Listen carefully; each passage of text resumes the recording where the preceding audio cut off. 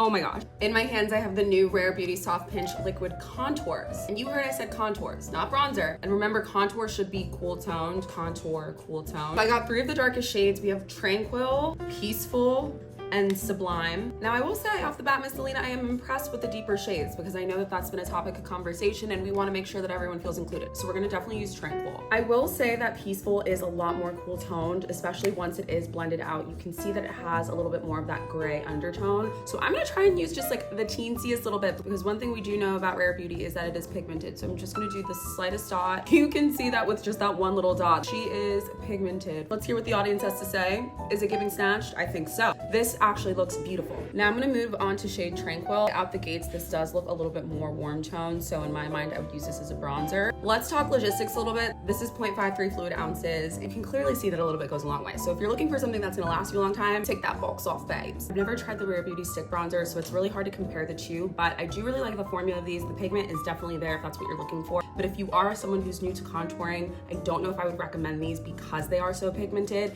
And baby girl, you can get carried away real fast.